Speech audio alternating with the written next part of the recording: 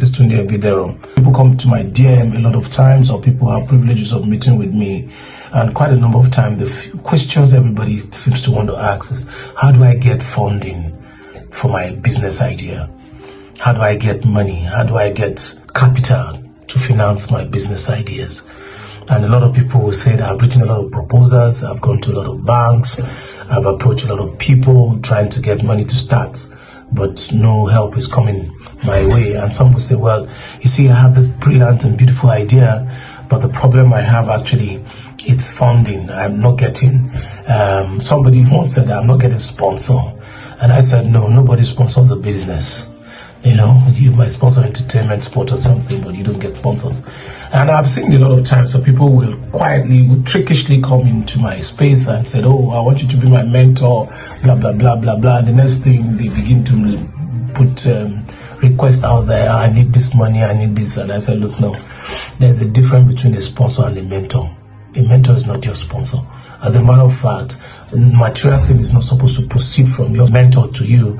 It's supposed to be vice versa. If your mentor has, what your mentor is supposed to give you or to impact you with is wisdom and knowledge, while you in turn reward them back and appreciate them with some material substance. Even the Bible said so. It said, those who have ministered to you in the word, it said, minister to them in material things. So back to what I'm talking about, a lot of people say their problem, they can't get to take off. Their business is not taking off because the needed fund, the seed capital is not there. And so the general thing is, okay, how do I raise money? And quite funnily, when I have discussions or interactions with many people like that, none of them think about raising money organically. Many of them are thinking of raising money inorganically. What do I mean by raising money organically? And it means that raising money internally. I saw something by Vusi Ntampinkwe, this great South African entrepreneur and motivational speaker, and it says, no bank will finance your idea. No bank will finance your idea. The reason why bank will let go of their money is the fact that you have proven faithful and you've proven yourself in that idea you have. The truth is, if you can't invest into your own idea sacrificially, why should somebody else do? So I want to quickly share the story of my business with you so that you can, maybe one or two people can learn from that. For many years, when I moved into Abeokuta town after getting married, I had this idea that I want to go into wrought iron making. Then wrought iron was in vogue, metal furniture. So I really wanted to go into it. I did a couple of one or two in my house, and a lot of people are coming and saying, oh wow, this is beautiful, this is nice. And I concluded, okay, this is the business to go. And for over 1.5 years or 2 years, I sat down every day fine-tuning my business proposals. My business proposal then was that I was going to look for money, I'll build different types of wrought irons, domestic wrought iron furnitures, and then I'll rent a hall, I'll do a big lunch, I'll bring the commissioner, the deputy governor. I had a very, very big idea. Very big idea. And for 1.5 years, I was sitting at home and the heat was on me. I could barely feed my family. And I kept saying, no, I have this idea, and then I wasn't doing anything about it because I was looking for money, because I didn't have money to do the bed, to do the chair, to do the dining, to do all the things. I don't even have money to rent the hall. I wouldn't even have money to entertain the guests even when they come. So, and I kept saying, oh, that money must come. So my problem was how to raise the money. Then one day, a friend of mine just advised me, said, why don't you go and have a retreat? And so I said, okay, fine. Because I was also tired. Life was bored. God really dealt with me. Everything in the house went there. My car broke down. AC, free, TV, almost everything was just shutting down.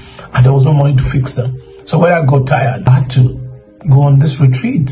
And then God said to me, I've told you what to do. Go do what I've told you to do. I spent 3 days in a campground of one of the Pentecostal churches around Ogun State, and between Ogun State and Ibadan.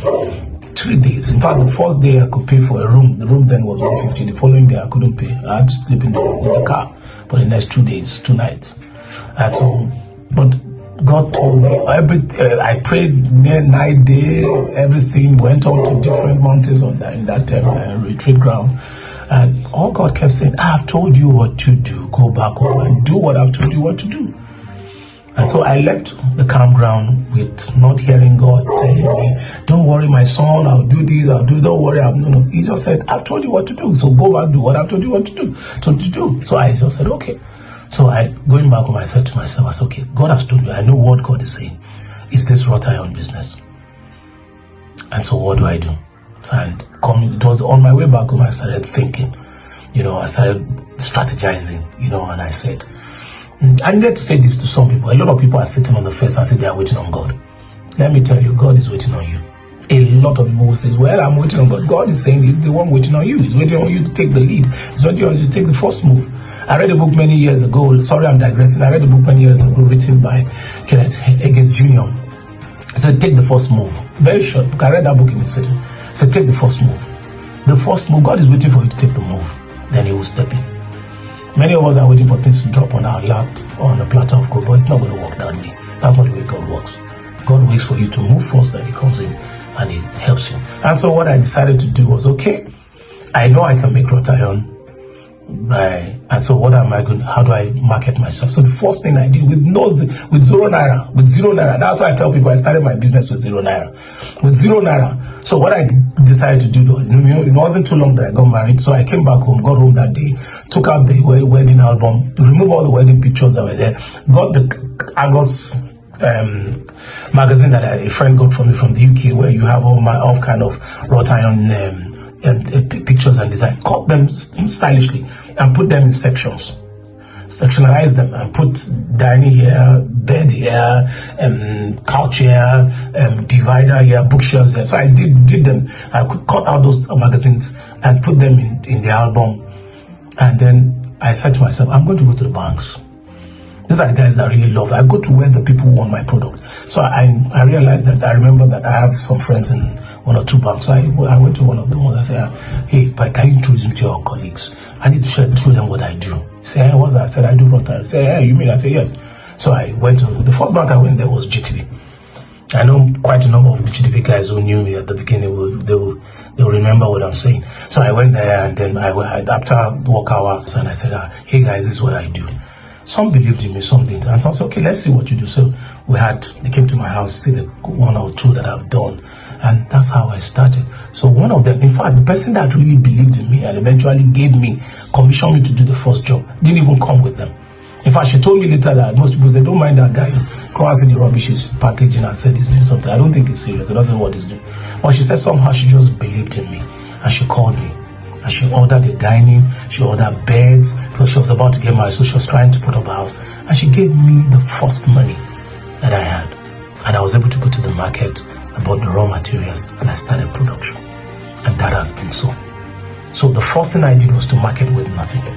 So I tell someone, what is that business idea of yours that you think money is the one keeping you behind? If the money is not forthcoming, why don't you look for other ways to get it? I bet you'll be surprised that there are 1,001 ways by which you can get your business off the ground. Please note, don't start your business inorganically. Start it organically. God bless you. Once again, I'm your friend, Tunde Ebidero.